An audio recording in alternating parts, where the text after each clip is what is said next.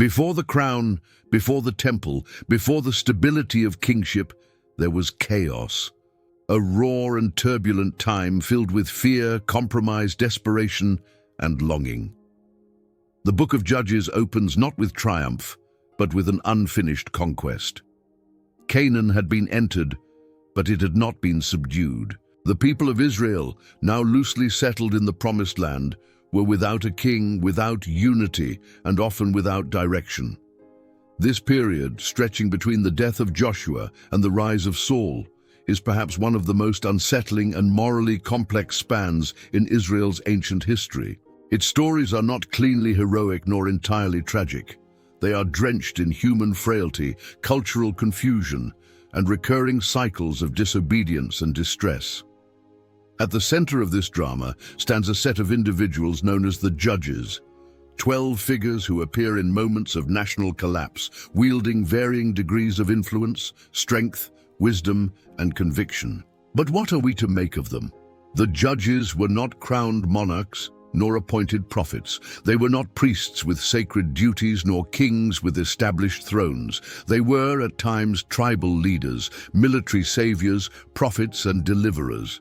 At other times, they were morally compromised, spiritually conflicted, and emotionally unstable. Some emerged from obscurity, others from fame. Some brought peace, others stirred violence. The term judge in Hebrew, shofet, implies not only one who adjudicates law, but one who governs, leads, rescues. These judges were not simply courtroom arbiters, they were national figures called forth to stem the bleeding of a wounded and wandering people. Yet the pattern repeats: sin followed by suffering, followed by supplication, answered by salvation, and ending briefly in silence. Then again, sin. The people forget. They compromise. They fall into idolatry and corruption. They are conquered, crushed, or oppressed. In desperation, they cry out, and each time a judge arises. But with each turn of this cycle, something is lost. The victories grow shorter, the deliverers more flawed, the peace less lasting, the spiritual clarity fades with every generation. What begins with Othniel ends in Samson. What begins with obedience ends in anarchy. As the final line of the book hauntingly declares, in those days there was no king in Israel. Every man did what was right in his own eyes. These judges were not only responses to external oppression, they were reflections of internal collapse. Their lives serve as both windows and mirrors. Windows into the culture, temptations, and struggles of their time, and mirrors reflecting the condition of the nation they served. Through them, we witness not just battles and victories, but also bitterness, compromise, and spiritual decay. Their hands held swords, but their hearts often held unresolved fractures. We are left to ask, were these men and women heroes to be emulated, warnings to be heeded, or enigmas never meant to be fully understood? This is not just the story of 12 individuals. It is the story of a people and their God. A God who delivers even when they do not deserve it. A God who calls even when they do not listen. A God who remains even when they forget. Let us continue, not with judgment, but with understanding, not with assumptions, but with inquiry. The journey through Judges will not offer simple conclusions, but it will offer a deeper look into the nature of leadership, the cost of compromise, and the relentless persistence of divine grace in the face of human weakness.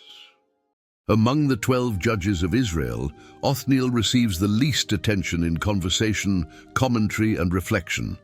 His name rarely echoes in sermons or studies, often bypassed in favor of more dramatic figures like Gideon or Samson. And yet, he is the first. The beginning, the prototype. His story may be short, but its place is foundational. In the silence of his forgotten fame lies a voice that speaks volumes about the character of deliverance, the power of quiet obedience, and the way divine intervention begins not with spectacle, but with faithfulness. Othniel enters the narrative without a blaze of miracles or a thunderous prophecy. There is no dramatic calling, no fiery sign from heaven, no inner turmoil or dialogue with God recorded on scroll. What we are told is clear, simple, and purposeful. The Israelites had done evil in the sight of the Lord, a familiar phrase that will mark each fall in the cycle of Judges. As a result, they were handed over to Cushan-Rishathaim, a foreign king from Aram-Naharaim. For 8 years, they lived under the weight of oppression, their cries eventually rising in desperation. And it is then, and only then, that Othniel steps forward. But he does not emerge from nowhere. He is identified as the son of Kenaz, the younger brother of Caleb. Caleb, the fearless spy, the faithful warrior, the one who believed in the promises of God when others trembled in fear. This connection is not merely genealogical, it is deeply symbolic. In the life of Caleb, we see the spirit of a man who stood firm when faith was rare, and Othniel carries that inheritance forward. It is an inheritance not of land or title, but of courage rooted in trust. His earlier appearance in the book of Joshua reinforces this idea. When Caleb challenges any man to conquer Kiriath-Sepher and promises his daughter Achsah as reward, it is Othniel who rises to the task. He does not hesitate, he acts with decisive resolve, and he succeeds. This earlier moment, though not yet part of his judgeship, reveals his character, bold yet balanced, committed without show. He does not demand recognition. He fulfills what is required and then fades quietly into the background, content not with fame, but with faithfulness. When he is called to deliver Israel, we are told that the Spirit of the Lord came upon him. This phrase is significant. It does not imply possession in the way one might see in ecstatic prophecy or frenzied vision. It suggests empowerment, strength, divine enablement. Othniel becomes the vessel through which God will rescue his people, not because of personal ambition or political strategy, but because he is ready, available, and chosen. In that sense, he is a model of what a judge is meant to be, not one who grasps at power, but one who receives it as responsibility. His victory over the king of Aram is stated plainly, without embellishment. No dramatic battlefield scene, no poetic song of triumph. The details are sparse, but the result is clear. The land had rest for 40 years. In the context of Judges, this is not a minor detail. Rest is rare. Peace is fragile. To have 4 decades of stability in a time marked by continual spiritual and political turbulence speaks not only to the success of the military act, but to the weight of the spiritual atmosphere that followed. Othniel did not merely defeat a king, he restored a people to peace, and he did so without ever drawing attention to himself. It is this quiet strength that makes Othniel both easy to forget and deeply significant. In a world that often equates greatness with visibility, his story reminds us that the most foundational victories are sometimes won in silence. His leadership did not demand spectacle, it invited restoration. He acted not to define his own legacy, but to respond to a call. And when the task was complete, he exited the narrative without complaint, as if to say that deliverance, when genuine, does not seek applause. There is a particular beauty in Othniel's obedience. It is not dramatic or conflicted like that of Moses or reluctant like that of Gideon. It is not fueled by a personal vendetta like Samson, nor driven by the bitterness that accompanied Jephthah. It is simple, steady, ready. In the brief words that describe his judgeship, we see a picture of trust in action. God called. Othniel responded. The people were saved. Peace followed. There are no embellishments, but there are no stains either. His story, however short, is free from the moral ambiguity that will taint so many of his successors. And yet, despite this purity, he is largely forgotten. Why? Perhaps because his story lacks the drama that later judges embody. perhaps because his success is not measured in theatrical moments, but in the restoration of order. In this sense, Othniel is a mirror not only of divine faithfulness, but of the human tendency to forget what is not loud.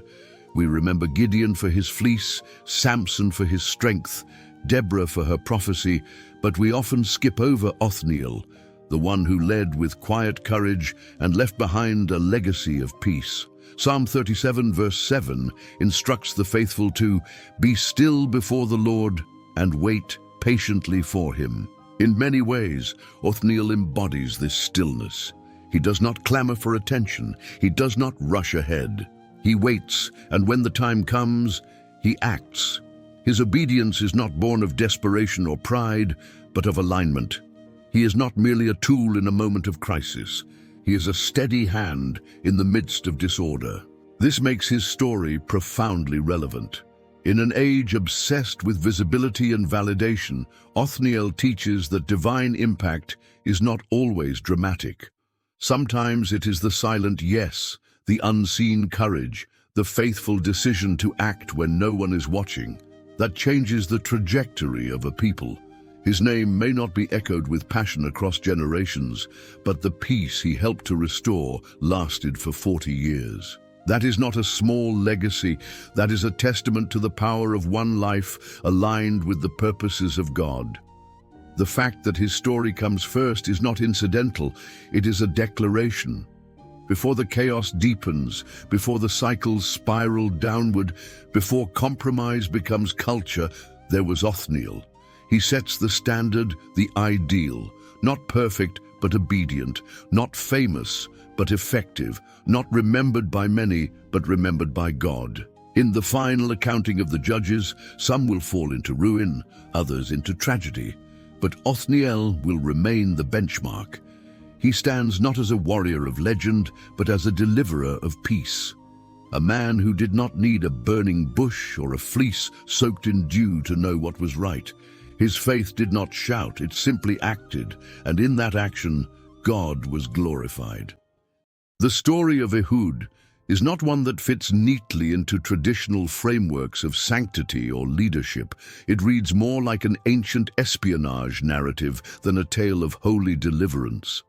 And yet, within its unsettling details lies a profound message about how deliverance may come through disruption, how divine intervention may clothe itself in cunning, and how righteousness, when filtered through human hands, often carries the texture of ambiguity. Ehud appears at a time of spiritual erosion and political subjugation. Once again, the people of Israel have turned from the path of covenantal faithfulness. The same refrain is repeated. They did what was evil in the sight of the Lord. This act of collective infidelity results in a season of oppression under Elon, the king of Moab, who is described not only as an adversary, but as one who had gained the upper hand with alarming ease. Israel, morally compromised and spiritually weak, becomes subject to tribute, a visible sign of humiliation and economic burden. Into this context steps Ehud, a man marked from the outset by his left-handedness. This is not simply an incidental trait. In the Hebrew, it implies more than the use of the left hand. It conveys that his right hand was bound or restricted. Whether by birth or training, he was left-handed in a society that honored the right.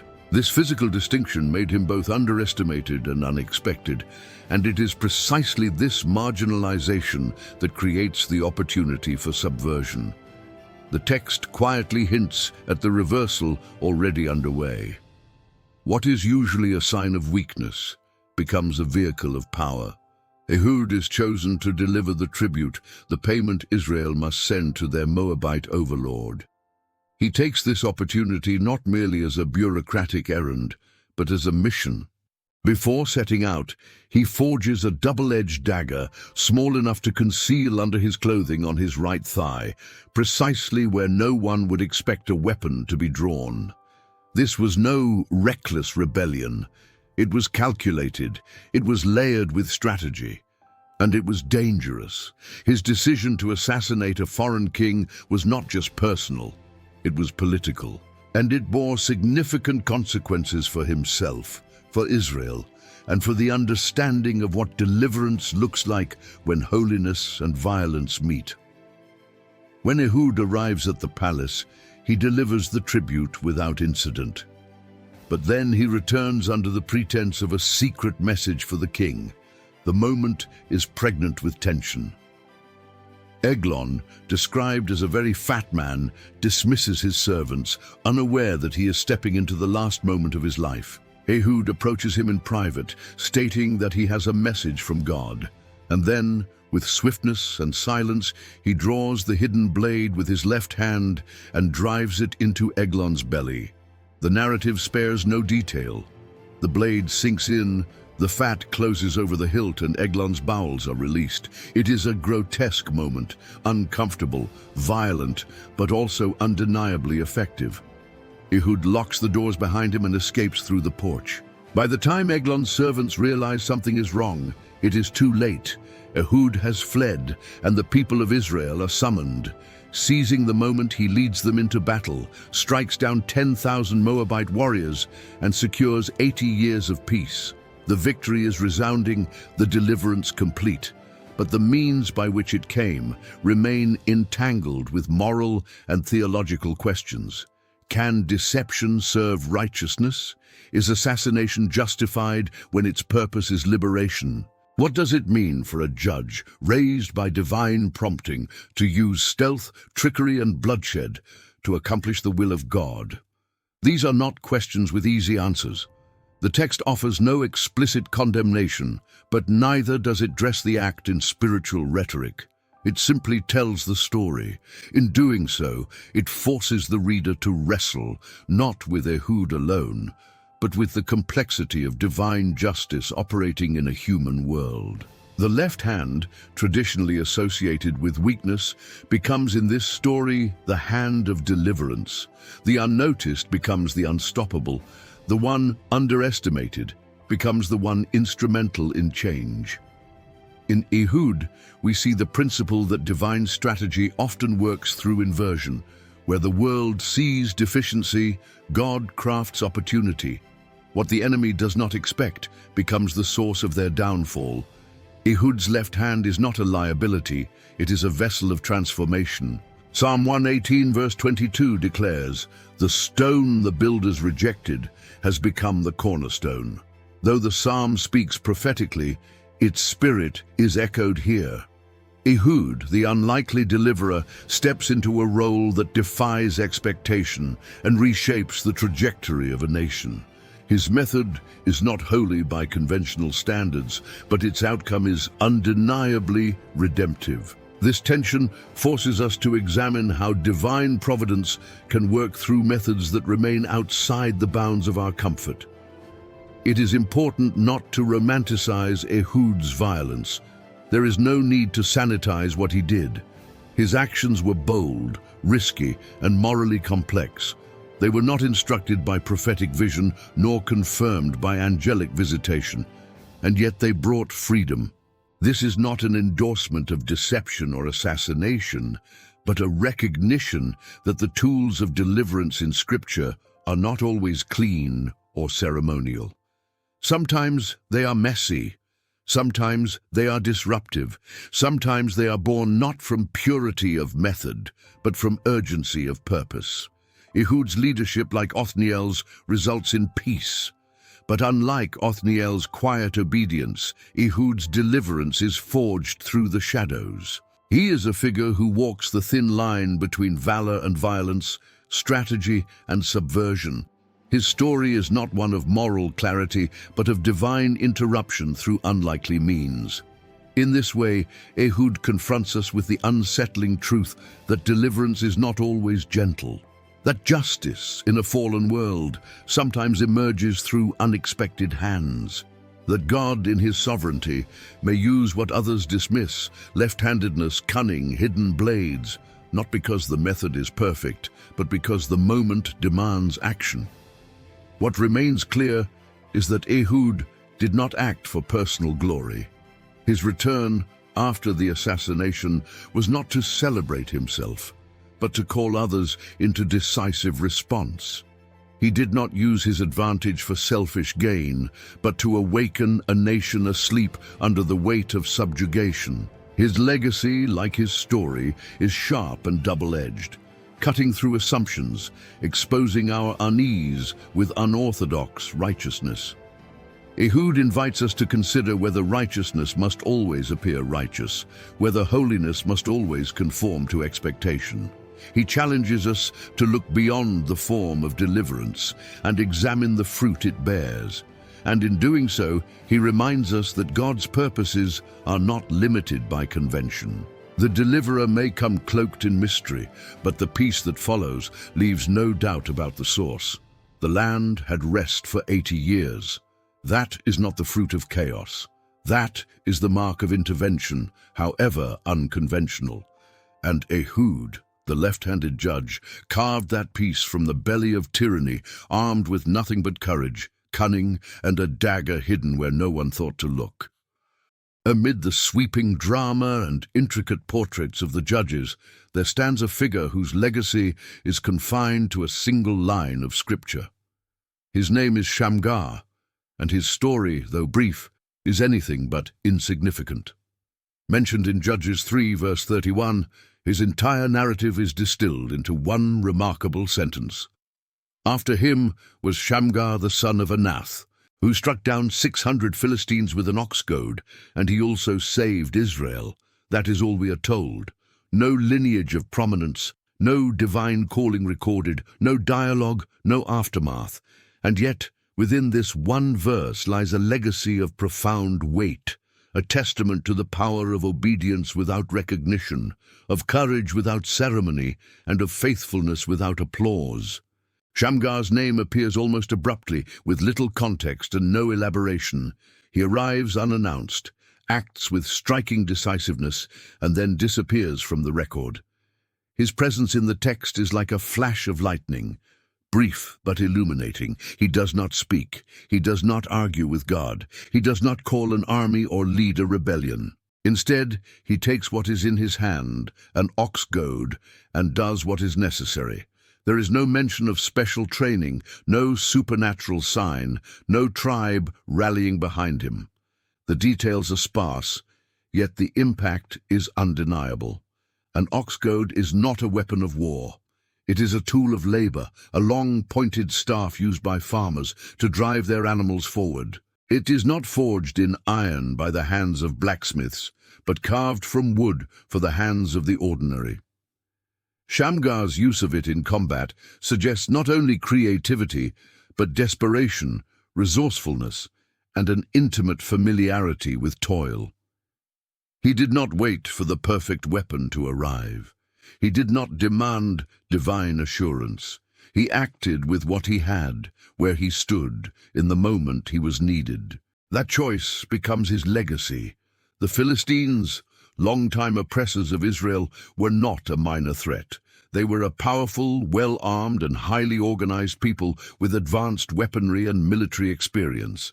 For Shamgar to stand against 600 of them, armed with nothing but a farming implement, is not a story of brute strength, but of fearless resolve. The victory described is not merely physical, it is symbolic. It stands as a rebuke to hesitation, to the belief that significance requires spotlight, and to the notion that anonymity equals irrelevance. There is no indication that Shamgar held any formal title. The text does not even explicitly call him a judge, though he is placed within the chronology of deliverers. What matters more than his title is his action. He saved Israel. That declaration, succinct and final, places him among the deliverers of his people, not because of a long record or a celebrated lineage, but because when the time came to stand, he stood. When others may have waited for validation or ideal circumstances, he simply acted. The mention of his father's name, Anath, introduces further layers. Some have suggested that the name Anath may indicate a Canaanite origin or at least cultural blending. If that is true, it adds a remarkable dimension to Shamgar's story. He may have been an outsider by traditional standards, someone whose background was not pure by the expectations of Israelite pedigree. Yet he was the one who stepped forward. Whether fully Israelite or not, the text does not disqualify him. It records his deed. It honors his faithfulness. In this way, Shamgar becomes a symbol for every forgotten warrior of faith. Every quiet figure who labors without acknowledgement, every believer who remains obedient in obscurity. His story is a challenge to the obsession with titles, fame, and spiritual theatrics. It affirms that heaven sees not just the mighty, but the faithful, not just the eloquent, but the willing, not just the public heroes, but those who act decisively when the need arises, regardless of who is watching. Psalm 20 verse 7 reads, "Some trust in chariots and some in horses, but we trust in the name of the Lord our God." Shamgar had no chariot, no army, no sword. What he had was resolve, courage, and the trust that deliverance does not depend on resources, but on readiness. The ox goad in his hand becomes a symbol of this truth. That divine strength often flows through the most unexpected channels, and that God's purposes can be fulfilled through tools of labor just as surely as through instruments of war. In a culture that often equates visibility with value, Shamgar's story reminds us that what matters most is not how many know your name, but whether you were faithful in the moment you were called. His one verse does more than narrate a battle. It dignifies the anonymous servant, the uncelebrated laborer, the one who stood their ground when it counted, even if no one wrote a song about it afterward. We do not hear about his doubts, his prayers, or his motivations, but the outcome is enough. 600 enemies fell. Israel was delivered.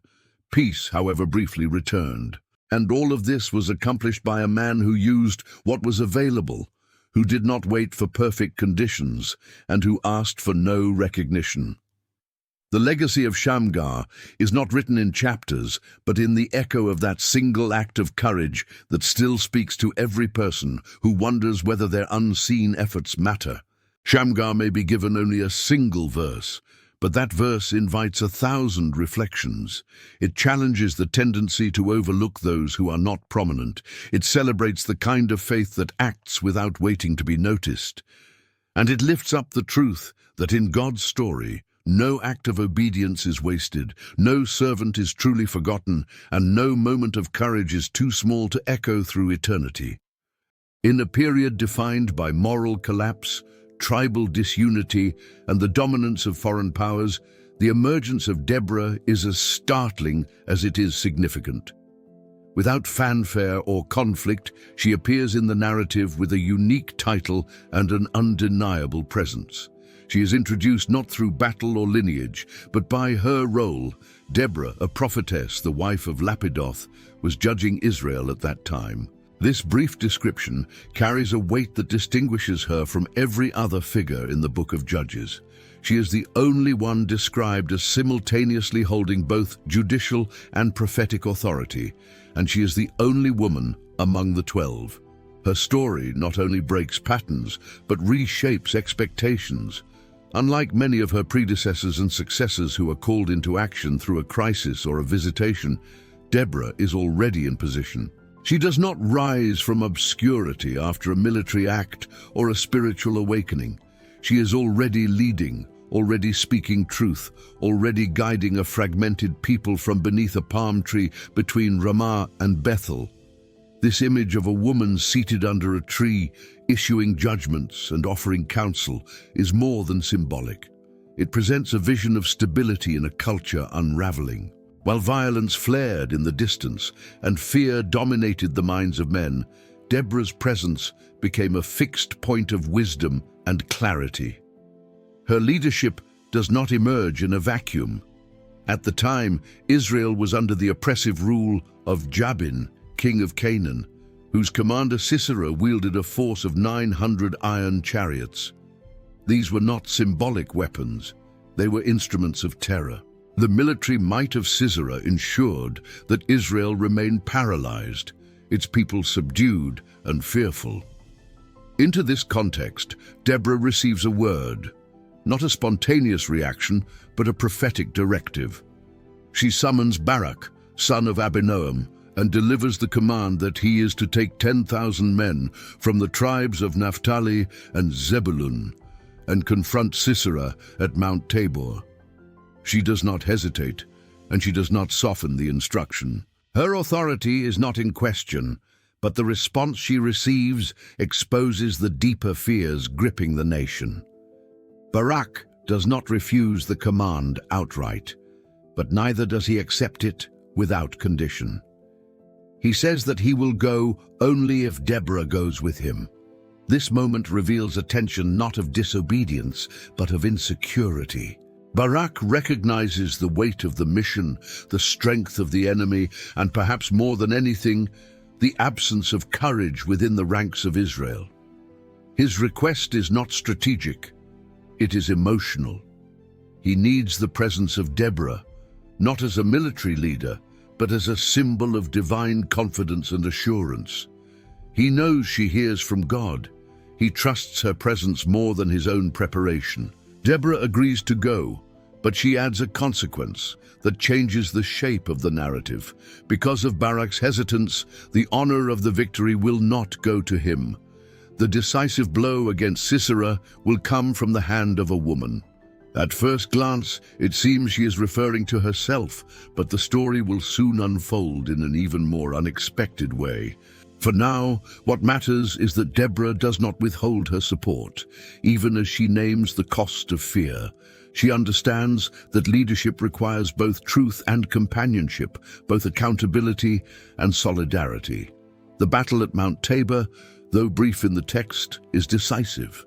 The Lord throws Sisera's army into confusion, and Barak leads the charge with newfound courage. The iron chariots, once seen as invincible, become useless in the face of divine disruption.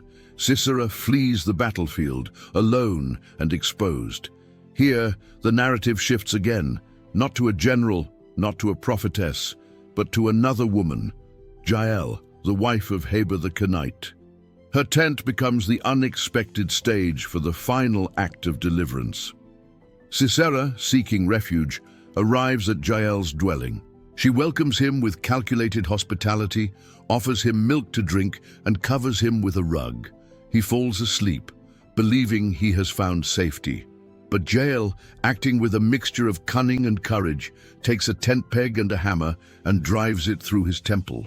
The man who once terrified Israel dies not by the sword, but by the hand of a woman with no battlefield training, no official title, and no recorded command. Her act is brutal, final, and transformative. The inclusion of Jael is not a detour, it is the fulfillment of Deborah's earlier prophecy. But more than that, it reinforces the central theme that deliverance does not always come through expected channels. In a patriarchal culture that often measured authority by position and power, both Deborah and Jael redefine the meaning of leadership, one through wisdom and prophecy, the other through decisive action in a moment of moral clarity. Neither leads a traditional army, but both shift the course of history. Deborah's response to the victory is not political but poetic. Judges chapter 5 records her song, one of the oldest pieces of Hebrew poetry, rich in imagery and theological depth. It recounts the events not just as history, but as divine intervention. She does not elevate herself. Instead, she honors the volunteers, rebukes the complacent tribes, and celebrates Jael. The song concludes with a longing, "May all your enemies perish, O Lord, but may those who love you be like the sun when it rises in its strength." In this, Deborah demonstrates that her leadership is not for personal legacy, but for the spiritual awakening of her people. Deborah stands as a rebuke to cultural assumptions about who is qualified to lead. She is not an anomaly to be excused or ignored.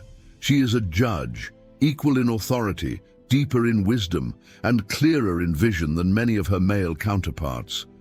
Her story does not make a statement about gender alone. It makes a statement about faith. She leads because she listens. She commands because she discerns. She acts because she is not afraid. Her femininity is not a barrier, but a lens through which her courage becomes more visible, her integrity more piercing, and her voice more essential.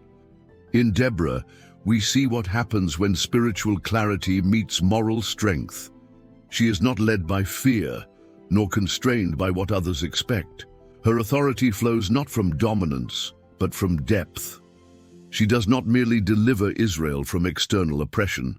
She revives its inner compass. And through her example, the story of Judges is not only enriched, but redefined. As we leave behind Deborah's song and the tent of Jair, we turn next to a man whose journey begins in fear and ends in idolatry. His story, unlike Deborah's, is not one of consistency, but of conflict, a mirror of insecurity and the fragile line between humility and spiritual compromise. When we encounter Gideon for the first time, he is not a man of battle, nor a figure of leadership. He is threshing wheat in a winepress, hidden from the eyes of the Midianite oppressors who have reduced Israel to a state of survival and fear. This scene is not only practical, it is symbolic. A man engaging in the labor of provision in a place of concealment, doing what should be done in the open under the veil of fear.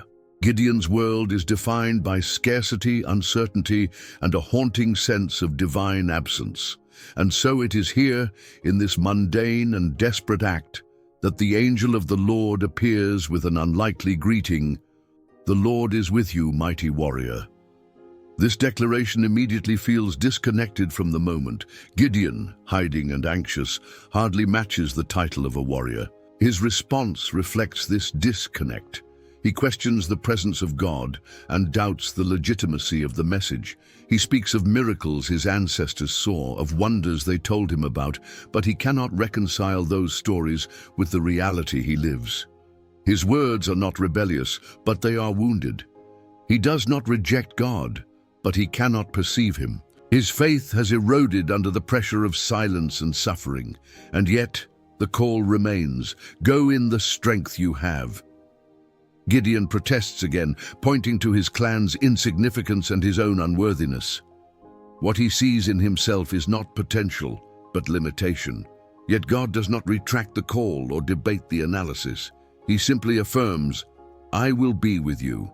This becomes the core of Gideon's transformation, not a sudden infusion of confidence or capability, but a promise of presence. The strength he is called to act upon is not his own. It is borrowed from the one who sends him. From this point forward, Gideon begins a journey not of immediate transformation, but of gradual trust. He asks for a sign, then another. He prepares an offering, sees it consumed by fire. He tears down an altar to Baal at night because he is still afraid. His obedience is always accompanied by hesitation, and yet he moves. That movement, slow as it is, becomes the beginning of his emergence. When the time for battle comes, God deliberately reduces Gideon's army. 32,000 men become 300. The method is absurd by human standards, but purposeful. God is not merely delivering Israel, he is protecting them from pride. The victory must be unmistakably divine. The chosen men are armed not with swords, but with torches, jars, and trumpets. Their strategy is sound only because God is in it. They break the jars, blow the trumpets, and shout. Confusion spreads among the Midianites, who turn on each other. Israel's enemies are defeated not by brute strength, but by a divine orchestration of chaos. Up to this point, Gideon's story reflects a remarkable progression. From hiding to leading, from questioning to obeying. He has allowed himself to be shaped by the call, though not without fear. And yet, what follows this miraculous victory is not continued humility, but a slow unraveling. His pursuit of the fleeing kings becomes personal. When people from Succoth and Penuel refuse to help him, he responds not with understanding, but with retribution. He lashes out, punishes, and exacts revenge. The man who once doubted his own worth now asserts his authority with violence. The victory, rather than softening him, seems to harden him. When the people ask Gideon to become their king, he refuses in words. He tells them that God alone will rule over them, but his actions begin to drift in another direction. He asks for gold from the spoils of war and fashions an ephod, a sacred garment or object used in priestly rituals. He places it in his hometown, and the people begin to worship it. What began as a token of gratitude or remembrance becomes a snare. The very leader who tore down idols now creates an object of idolatry. His intention may have been pure, but the outcome is not. The ephod replaces the altar. The memory of God's act is swallowed by human craftsmanship. The contradiction deepens in his personal life. Gideon takes many wives, and from them many sons. One of them is named Abimelech, meaning "my father is king." Though Gideon rejected the title, his son bears it in name. This small detail speaks volumes. Gideon's refusal to rule officially did not prevent him from creating a legacy shaped by the very structure he claimed to reject. The judge, who once trembled in obscurity, now casts a long and complicated shadow over Israel's future. After his death, the nation once again falls into idolatry. The peace he secured fades. The people forget not only God, but also Gideon's family. The cycle resumes. His life, filled with highs and lows, ends without resolution. His success is stained by misdirection. His calling fulfilled in part, but not preserved. His faith, real though it was, proved unstable when exposed to power and applause. Gideon's story is not one of clean redemption. It is a mirror to every life that begins in dependence but drifts into self-reliance. He was brave, but not consistent. He obeyed, but not always wisely. His rise was shaped by God, but his reign leaned increasingly on his own decisions. He reminds us that initial humility is not a guarantee of lasting surrender, that miracles do not eliminate the need for daily submission, that even the called can become careless. What makes Gideon's journey so haunting is not that he failed spectacularly, but that he succeeded partially. His life is not defined by rejection, but by misuse. He teaches us that divine calling is not a substitute for spiritual depth, that victory without vigilance breeds vulnerability, that success, when unanchored, invites distortion. In the end, Gideon remains both an example and a warning. He shows what God can do through the unlikely, but also what the unlikely can become when they forget who sustained them. His name lives on, but so do the consequences of his compromises. And as the dust of his story settles, Israel is no closer to faithfulness than when he began. Gideon is not just a figure of ancient history. He is every person who has ever doubted their worth, every leader who has confused influence with obedience, every believer who has experienced victory and then stumbled in its wake. His life remains open-ended, not because the text is incomplete, but because his legacy is still echoed in the hearts of those called to more and tempted by less. In the grand and often volatile narrative of the Judges, where swords clash, vows ruin lives, and the line between deliverer and destroyer frequently blurs, there comes a surprising pause. Following the complex and unraveling legacy of Gideon, before the tragic rise of Jephthah, the text introduces two men whose lives are captured not in poetic songs or military campaigns, but in brief, restrained summaries. Tola and Jair are given only a few verses, yet within those verses lies a profound statement about the nature of leadership, the rhythm of godly governance, and the dignity of peace without performance. Tola, the first of these two, is introduced in Judges chapter 10. He is described simply as the son of Puah, the son of Dodo, a man of Issachar, who lived in Shamir in the hill country of Ephraim. He rose to save Israel after the chaos that followed Abimelech's self-coronation and bloody reign. That single line, "he rose to save Israel," is telling. There is no detailed account of enemies defeated, no strategy unfolded, no prayers recorded. Yet the statement stands, "He saved Israel." In the biblical context, this phrase is not used lightly. Salvation in Judges typically refers to deliverance from oppression, restoration of order, or preservation from internal collapse. The absence of drama around Tola's acts suggests that his leadership may not have been defined by what he did publicly, but by what he prevented from happening in silence. He judged Israel for 23 years. That span of time, almost a full generation, suggests not merely a temporary relief, but sustained stability. In a period where chaos was the norm, Tola's 2 decades of leadership offer a glimpse into what might be possible when leadership is less reactive and more rooted in consistency. Perhaps his greatness was not in a single act, but in the long, patient discipline of keeping a people steady. Perhaps his salvation was not through battle, but through restoration, guiding Israel back toward rhythms of faithfulness and away from the violent fallout of Gideon's fractured lineage. Following him is Jair, who judged Israel for 22 years. His description is also terse, yet it paints a different kind of picture. He had 30 sons who rode 30 donkeys and controlled 30 towns in Gilead. On the surface, the detail seems ornamental, almost disconnected, but in the cultural and historical context, it is rich with meaning. Donkeys, often associated with peace and civil authority rather than war horses or chariots, symbolize a time of non-militaristic governance.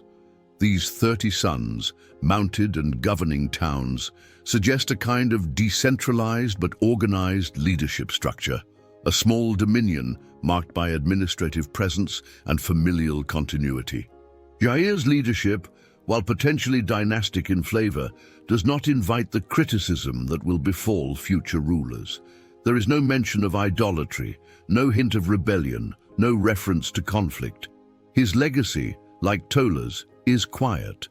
But silence in this context is not the absence of impact. It is the evidence of stability, a rarity in an era where the default rhythm was crisis and deliverance. That these 2 men ruled for a combined 45 years without recorded upheaval is not an indictment of insignificance. It is a statement about the sacredness of stewardship without spectacle. Modern readers often overlook Tola and Jair because their stories do not offer the dramatic arcs or moral tension found in the tales of Gideon, Samson, or Jephthah. But that oversight reflects more on our hunger for drama than on the value of their leadership. In a world increasingly shaped by visibility, platform, and loud declarations, the quiet presence of faithful governance becomes almost invisible. Yet these are the leaders who hold communities together when flashier figures collapse under the weight of their own contradictions. Their placement in the text is deliberate. They come between the noise. After Gideon's shadowy ambitions and Abimelech's bloodthirsty rule, and before Jephthah's devastating vow, there is a moment of calm. The narrative slows. The land, under their guidance, presumably breathes again. It is as though the chronicler wants us to notice what is missing. No conflict, no rebellion, no divine rebuke, only time marked by presence. And that presence, however mundane it may seem, is sacred. There is a unique burden in leading quietly. Leaders like Tola and Jair often receive no accolades. Their decisions are not praised in poetry. Their efforts are not commemorated in victory songs. They are remembered, if at all, only in passing. Yet they bear the weight of preservation. They carry the strain of governance without glamour. They serve not for glory, but for order. And perhaps that is why their stories are so brief, because their success left nothing in need of repair, nothing dramatic enough to record, and therefore everything worth honoring. Their inclusion in the book of Judges reminds us that God's work is not always wrapped in thunder. Sometimes it looks like 20 years of peace. Sometimes it sounds like the absence of chaos. Sometimes the judges who make the least noise leave behind the deepest sense of rest. They call us to re-evaluate our metrics of spiritual leadership. Do we only honor those who fought with fire and sword? Or do we have room, in our theology, to celebrate those who governed with patience, foresight, and a steady hand?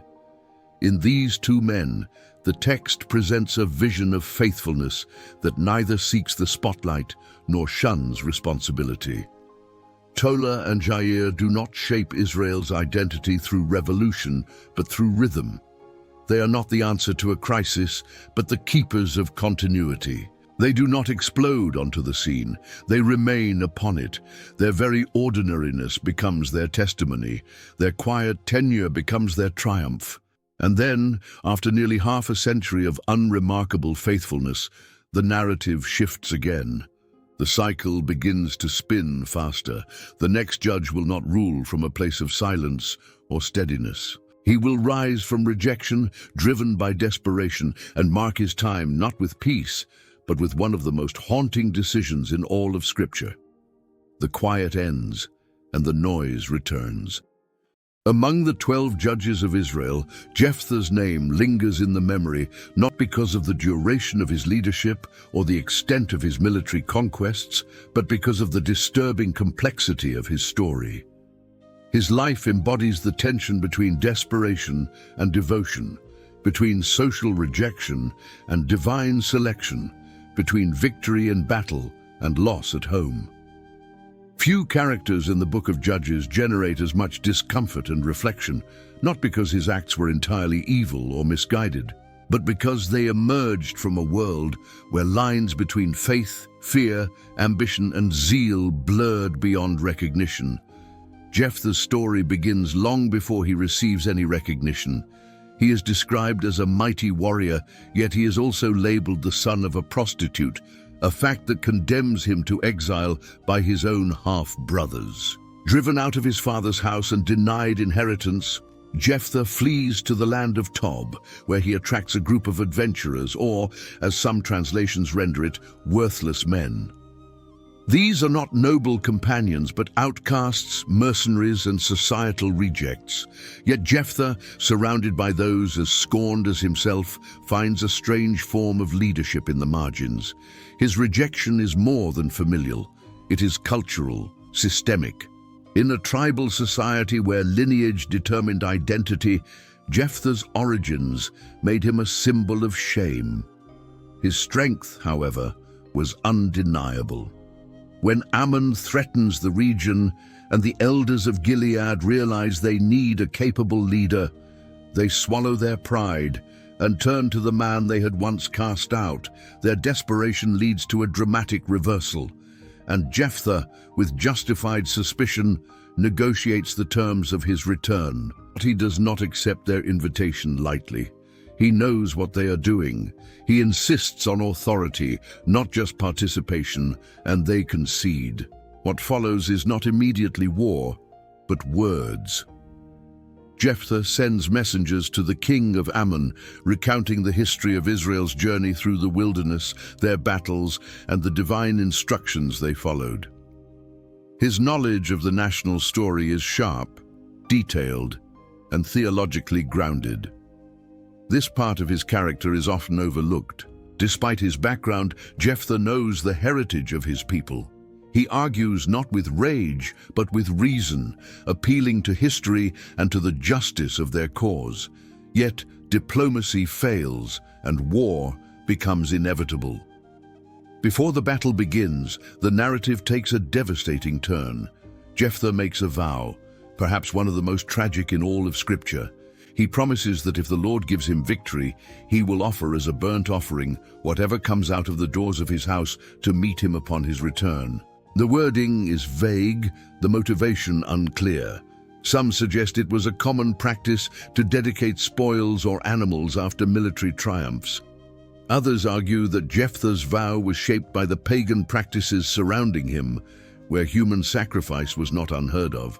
Regardless of intention, the outcome of this vow will forever overshadow the victory that follows. Jephthah defeats the Ammonites. His campaign is successful, his enemies subdued. He returns home, triumphant, and is met not by a servant, not by an animal, but by his only child, a daughter. She comes out dancing with tambourines, celebrating the victory that now turns to ash in her father's eyes. The narrative slows here, as if to allow the weight of the moment to settle fully. There is no easy resolution.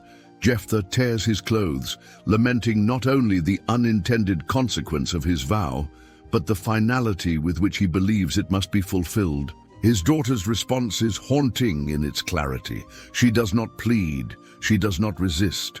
She asks only for time to mourn her virginity, her life unfulfilled, her future now denied.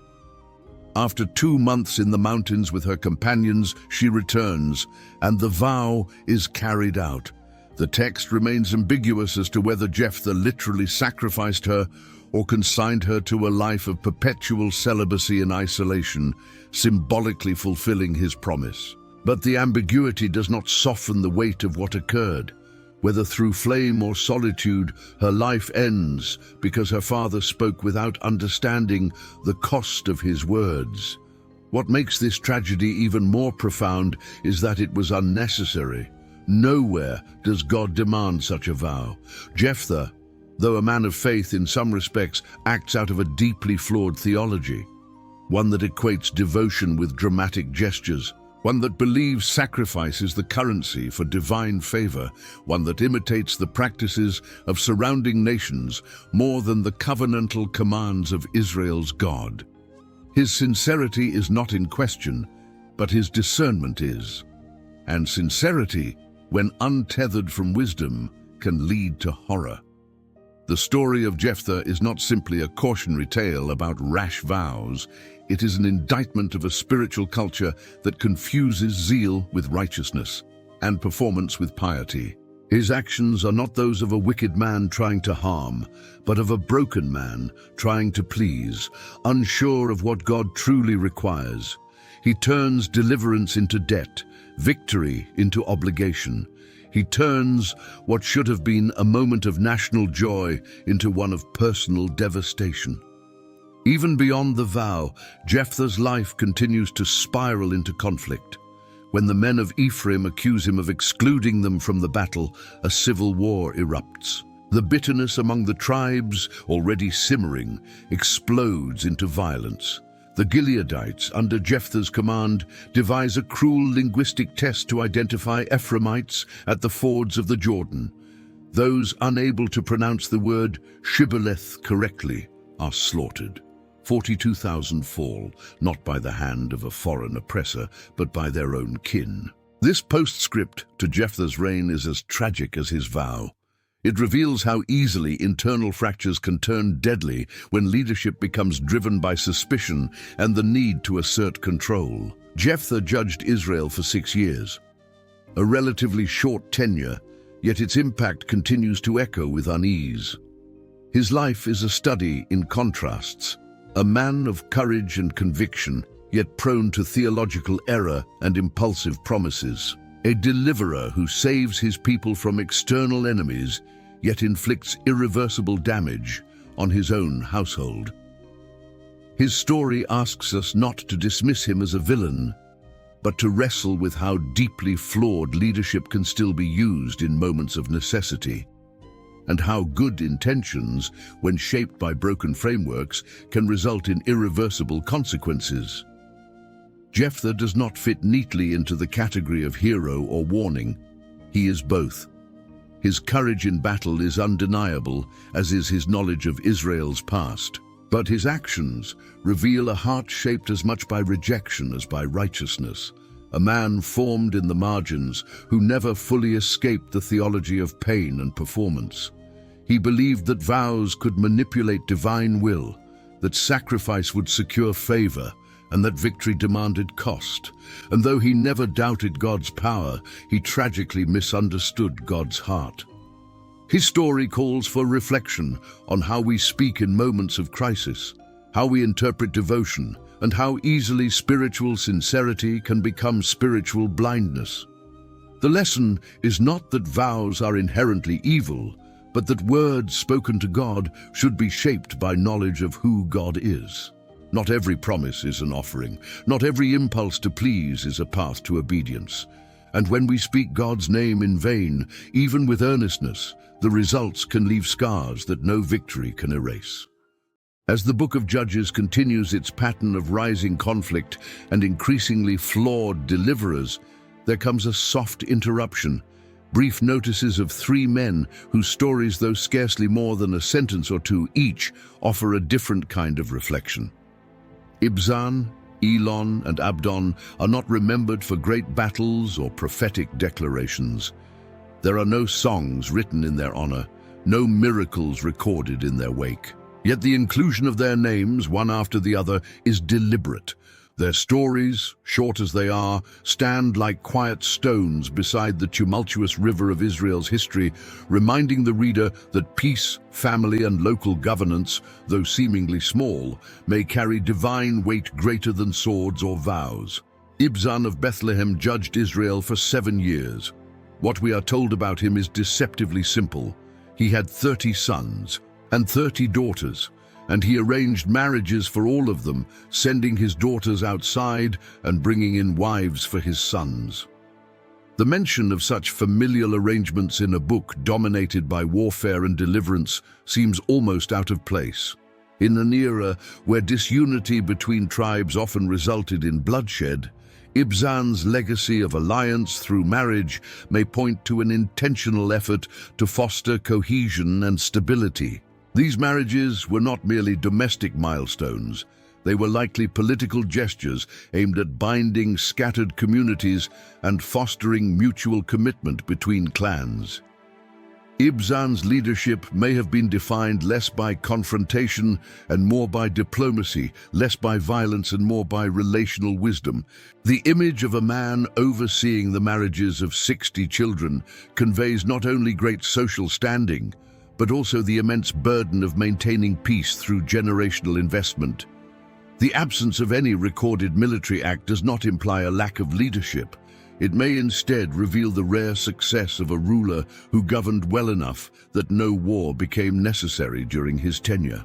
Elon the Zebulunite follows, and we are told only that he judged Israel for 10 years. No further comment is made, no children listed, no deeds recounted.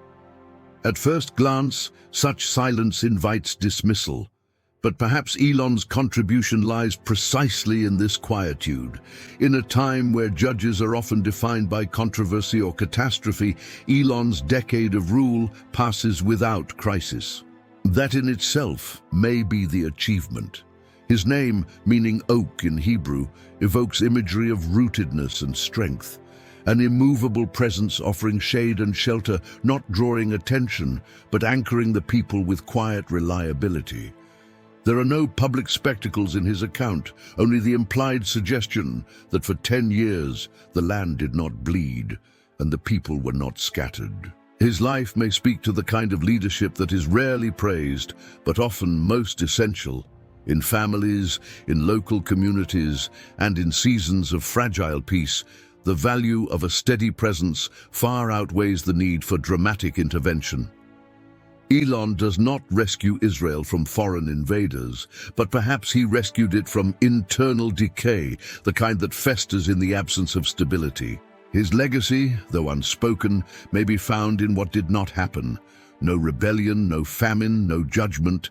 His rule was not famous, but it was fruitful in its restraint. Abdon, the son of Hillel the Pirathonite, follows in similar tone, judging Israel for 8 years. Yet in his case, the record returns to familial imagery. He had 40 sons and 30 grandsons who rode on 70 donkeys. Like Jair before him, this detail seems odd at first, but carries symbolic meaning. Donkeys were associated with civil service, peace, and status in ancient Israel. That his descendants were numerous and mounted signifies both stability and respect. It paints a portrait not of a warrior's household, but of an administrative network, perhaps even a local nobility that helped preserve order in an otherwise fracturing landscape. Abdon's leadership, like Ibzan's and Elon's, lacks the dramatic tension that defines so many others in this book. There is no existential threat, no divine encounter recorded, no crisis to resolve. Yet the focus on family and order suggests a generation shaped more by governance than by warfare, more by continuity than by chaos. In these men, the emphasis shifts from deliverance to stewardship, from crisis to care. They are not judges in the mold of Gideon or Samson, but of another kind altogether, leaders whose strength is not measured in combat, but in cultivation. These three judges, grouped together in the text almost as a footnote, serve as a subtle critique of the noise and violence that dominates so much of the narrative. They call attention to the neglected value of what does not attract attention: faithful fatherhood, peaceful transitions, and communal trust. In a book where so much is driven by vengeance, ambition, or moral confusion, the brief notices about these men read like small windows into what might have been, or what Israel could have sustained had it cherished quiet wisdom over fiery reckoning. Their stories are a reminder that not all legacies are written in crisis. Some are built over dinner tables, forged in generational continuity, and preserved through ordinary decisions made with integrity. The fact that these men are remembered at all, even briefly, suggests that Scripture honors not only the prophets and warriors, but also those who preserved what others were too distracted or ambitious to protect. In our modern world, obsessed with urgency and spectacle, these forgotten judges offer a different vision of impact. They teach that greatness can be found in slow faithfulness, that leadership without conflict can still be sacred, and that the quiet work of nurturing a family, a community, or a people may in fact be the kind of legacy that endures when louder ones collapse. Their lives are not centered on individual glory, but on shared well-being, not on conquest, but on care. And though the text soon returns to noise and ruin, the presence of Ibzan, Elon, and Abdon within it remains a gentle but firm reminder that holiness is not always loud. Sometimes it looks like a generation held in peace. Sometimes it sounds like the laughter of grandchildren echoing through peaceful fields. Sometimes it feels like a people who, for a few short years, did not cry out because they did not need to. But peace, when not guarded by conviction, often fades. The next judge will not ride donkeys or build alliances. He will tear gates from city walls, burn fields in vengeance, and slay thousands in death. He will be feared, admired, mocked, and mourned. His strength will be legendary, his restraint non-existent. In him, Israel will find both its mightiest warrior and one of its most tragic souls. Samson's story is at once the most well-known and the most difficult to categorize. He's not easily placed among the valiant nor the virtuous, for while his deeds are great, his heart is never at rest. He emerges in the narrative unlike any other judge, not as a man rising from obscurity in response to Israel's cries, but as a child foretold before birth, promised to a barren woman by a divine messenger. From the outset, his life carries an aura of destiny. His arrival is not reactionary, but preordained. Yet the life that follows, for all its divine anticipation, rarely reflects the kind of faithfulness one might expect from a man chosen by God before he even breathed his first breath. Born to Manoah and his wife, whose name remains unrecorded, Samson is set apart from the womb as a Nazirite, a man to live under a vow that includes abstaining from wine, avoiding corpses, and never cutting his hair. This consecration is meant to symbolize purity, separation, and dependence on God. But from the earliest stages of his adult life, Samson seems more enticed by impulse than by discipline. His strength is legendary, but his desires are never bridled. His power, unparalleled in physical might, is not matched by spiritual restraint. The story that unfolds becomes not the tale of a savior in control of his calling, but of a man constantly wrestling with himself, pulled between the anointing he carries and the appetites he cannot tame. His first recorded act of adult decision-making is to pursue marriage with a Philistine woman from Timnah, despite the protest of his parents who remind him that she is from a people hostile to Israel. But Samson is unmoved. He demands the union, declaring she is right in his eyes. This phrase is particularly telling, not only in light of his own journey, but in the context of the larger narrative of Judges, which ends with the haunting declaration that in those days every man did what was right in his own eyes. Samson's story, then, becomes a microcosm of the national condition, an individual embodiment of a nation drifting further from its covenant identity. The events that follow are a cascade of escalating conflict, laced with irony and tragedy. On the way to his wedding, Samson kills a lion with his bare hands and later returns to find bees and honey in its carcass. He consumes the honey and shares it, violating his Nazirite vow in silence. At the wedding feast, he poses a riddle based on this event, sparking a confrontation that leads to betrayal, vengeance, and bloodshed. The woman he marries is given to another, which triggers Samson's retaliation by burning the Philistine fields using foxes with torches tied to their tails.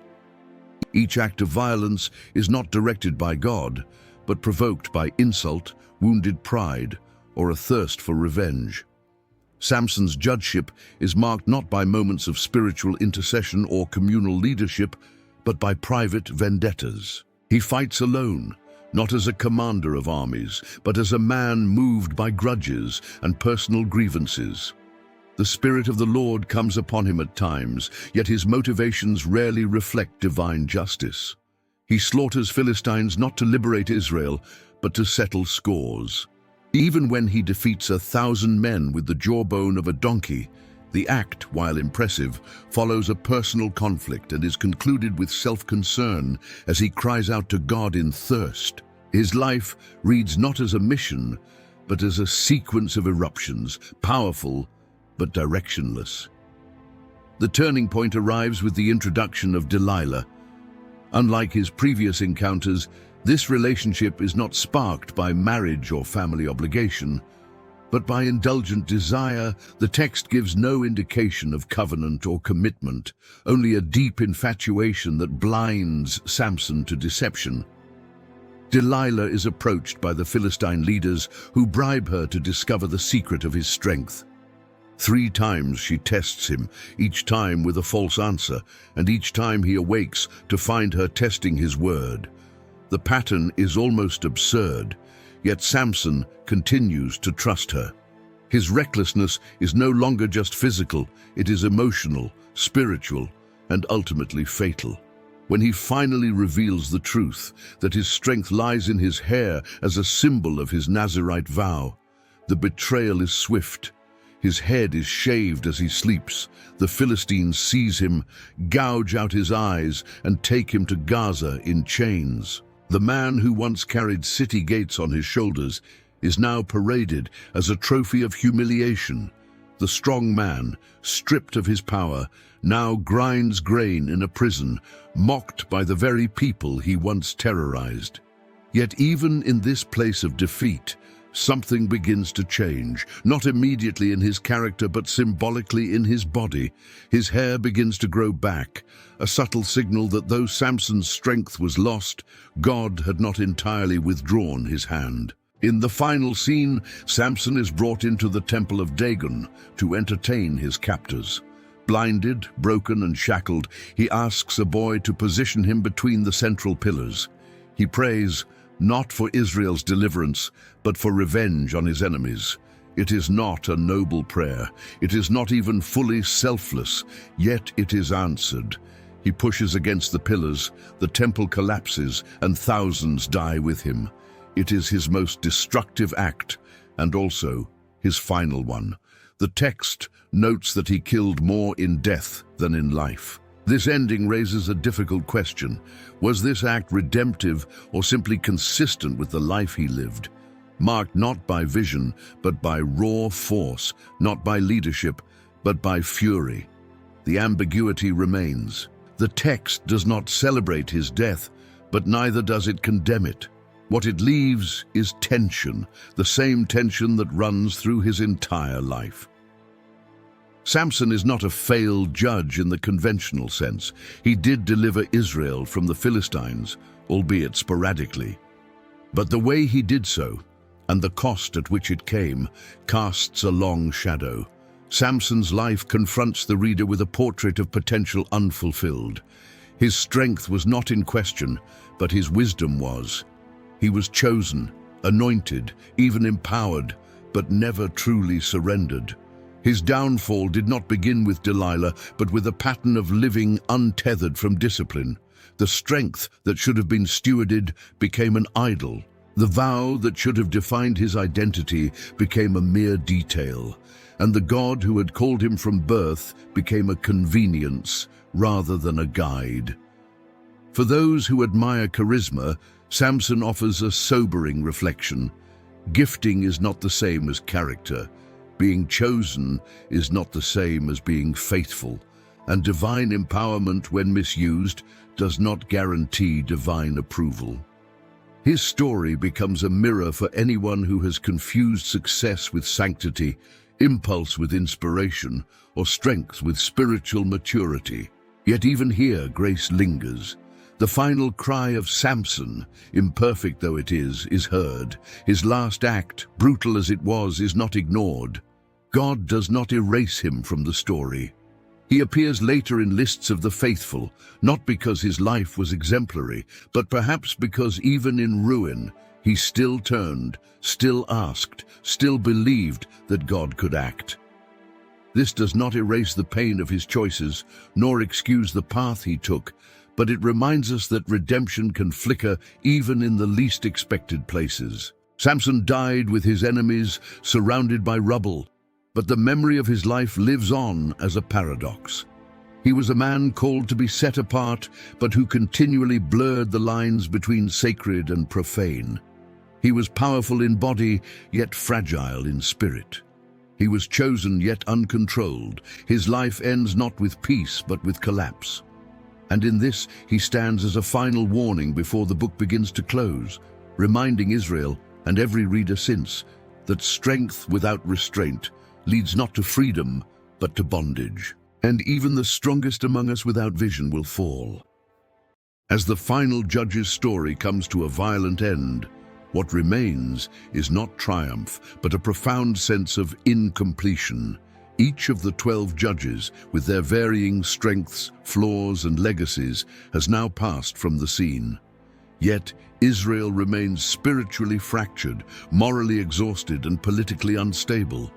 The question that inevitably rises from the narrative is simple, but unsettling. Why did nothing truly change? If these men and women were chosen by God to deliver the nation, why does the book of Judges end with deeper chaos than where it began? The answer cannot rest on the judges alone, though they each, in their own way, fell short. Nor can it be fully blamed on the people, though their disobedience was relentless and their memory short-lived. The deeper truth lies in the space between these two realities, a nation perpetually pulled between divine calling and human frailty, and a system that could offer rescue but not renewal. The judges were never meant to fix what was fundamentally broken. They were temporary answers to immediate problems, not permanent solutions to the deeper spiritual disease at the heart of the nation. Each judge responded to a crisis. Each arose in a moment of need. But the cycle never stopped. Israel sinned, suffered, repented, was delivered, then sinned again. The pattern repeated itself so predictably that by the time the reader reaches the latter chapters, the rhythm has grown heavy and inescapable. Deliverance did come, but only ever in part and always for a time. What was missing was not power, but permanence, not leadership, but lordship. The judges, for all their varied efforts, could not restore what only covenant relationship could sustain. None of the 12 judges provided spiritual transformation. They addressed symptoms, not causes. They confronted enemies, but rarely taught the people to know their God. Some, like Deborah, offered wisdom and prophetic clarity, but even her peace was short-lived. Others, like Samson, used their gifts for personal satisfaction, wielding divine strength for private revenge rather than national renewal. Even Gideon, who began in humility, ended his days by building a shrine that led Israel astray. Jephthah's vow echoed with sincere devotion, but his theology was twisted by culture and trauma. Again and again, those raised up to lead failed to lift Israel to a higher moral or spiritual plane. They could push back darkness for a while, but could not dispel it. The people themselves bear no small share of responsibility. Their hearts were easily swayed. The lure of foreign gods, the seduction of convenience, the comfort of compromise, these pulled at Israel with constant force. Each generation forgot the one before it. Each new era saw a fresh collapse. There was no continuity of devotion, no passing down of covenant memory, no rootedness in obedience. Even when deliverance came, it was often received as relief rather than transformation. The people cried out not in repentance, but in desperation, not because they missed God, but because they hated their suffering. The real failure of Israel, then, was not political, but spiritual. The land lacked a king, yes, but more than that, it lacked a collective will to submit to the one true king. The judges were never meant to rule as sovereigns, nor were they capable of enforcing the covenant beyond the limits of their influence. They were often regional leaders, not national reformers. Their reach was limited, their authority temporary. Even the best among them operated within a structure that was never designed for long-term faithfulness. The system itself pointed to its own insufficiency. The Book of Judges closes with one of the most sobering refrains in all of Scripture. In those days, there was no king in Israel. Everyone did what was right in his own eyes. This sentence is not just historical commentary, it is theological indictment. It reveals the heart of the problem. Without a king, without a moral anchor, without unified guidance, without covenant-centered leadership, people defaulted to chaos. And that chaos was not always loud or violent. Sometimes it looked like slow decay, the kind of erosion that happens when conviction is replaced by convenience, and when faith becomes folklore rather than lived obedience. Yet the failure of the judges is not the end of the story. Their collective shortcomings serve a deeper narrative purpose. Each one of them, in their flawed way, anticipates a need that has not yet been fulfilled. Othniel's quiet strength, Ehud's cunning deliverance, Deborah's righteous wisdom, Gideon's faltering courage, Jephthah's tragic zeal, Samson's wasted power, each highlights an aspect of leadership that by itself was insufficient. Together, they sketch an outline of what Israel was truly waiting for, not just another judge, but a king who would not fail, a leader who would not simply rescue from foreign powers, but who would rule with justice, lead with compassion, and renew hearts rather than merely silence enemies. The yearning for a king is not just political nostalgia, it is spiritual ache. The people of Israel, though unaware of the full depth of their longing, were not wrong to desire something more.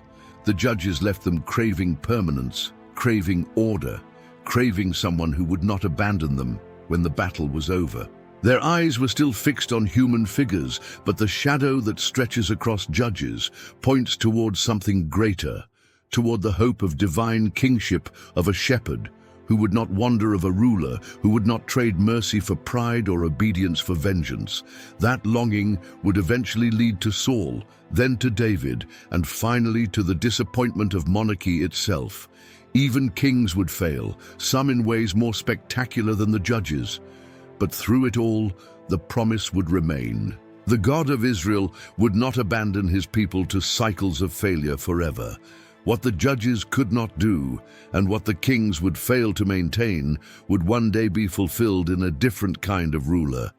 One not corrupted by pride, not limited by region or time, not confused by impulse or insecurity, Judges then becomes a book of preparation, not resolution. It is not the end of something complete, but the tension before fulfillment. The brokenness of its deliverers highlights the need for a deliverer who would be both just and merciful, both strong and humble, both human and more than human. It is not accidental that the final words point to the absence of a king. The absence is not only political, it is existential. The judges could fight, but they could not reign. They could win battles, but they could not bring peace to the soul. What remains is hope. Hope that what was shattered will one day be whole. Hope that the cries of the people, even when imperfect, will one day be answered not with temporary relief, but with lasting restoration. Hope that justice will come, not in moments, but in permanence. Hope that the cycle will break, not through strength alone, but through righteousness that does not fade. Hope that one day someone would come who would not only do what is right in the eyes of the Lord, but who would teach the people to see through those same eyes. That hope is not a concept, it is a person.